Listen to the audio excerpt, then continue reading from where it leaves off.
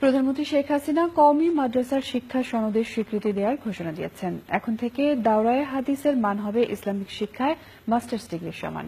গণভবনে কওমি মাদ্রাসার আলেমরা দেখা করতে গেলে প্রধানমন্ত্রী বলেছেন, সুপ্রিম কোর্ট চত্বরে গ্রিক দেবীর মূর্তি রাখা না রাখা নিয়ে প্রধান বিচারপতির সঙ্গে কথা বলবেন তিনি। রিপোর্ট করছেন তারিকুল ইসলাম মাসুম। কওমি মাদ্রাসার আলেমরা গণভবনে প্রধানমন্ত্রীর সঙ্গে দেখা করেন।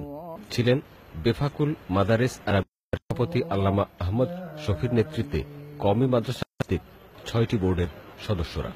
কওমি মাদ্রাসার শিক্ষা সনদের স্বীকৃতি দেওয়ার এই অনুষ্ঠানে ছিলেন শিক্ষামন্ত্রী সহ সংশ্লিষ্টরা। বর্তমানে দেশে ১৪,০০০-এর বেশি কওমি মাদ্রাসার শিক্ষার্থী, প্রায় ১৪ লাখ। প্রধানমন্ত্রী তাঁর বক্তৃতায় সন্ত্রাস ও জঙ্গিবাদের কবল থেকে দেশ রক্ষায় কওমি মাদ্রাসার আলেমদের সহযোগিতা চান এবং কওমি মাদ্রাসার শিক্ষা সনদের স্বীকৃতির ঘোষণা দেন। কওমি মাদ্রাসার স্বতন্ত্র বৈশিষ্ট্য বজায় রেখে এবং দারুল উলুম দেওবন্দের মূল নীতিসমূহকে ভিত্তি করে কওমি মাদ্রাসার দাওরায়ে হাদিসের সনদকে মাস্টার্স ইসলামিক স্টাডিজ এবং আরবি এর সমমান প্রদান করা হলো। আলহামদুলিল্লাহ, আলহামদুলিল্লাহ।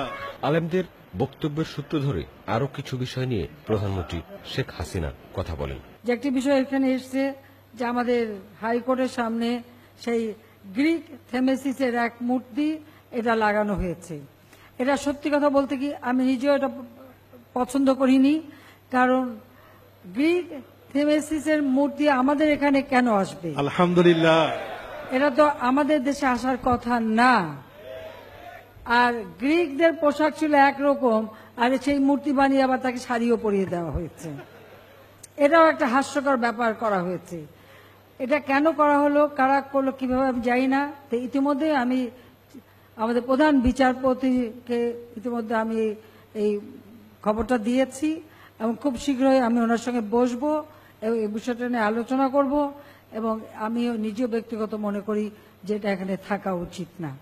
কওমি মাদ্রাসার শিক্ষা সনদের ব্যাপারে শিক্ষা মন্ত্রণালয় থেকে শিগগিরই প্রজ্ঞাপন জারি করা হবে। তারিকুল ইসলাম মাসুম, চ্যানেল আই, ঢাকা।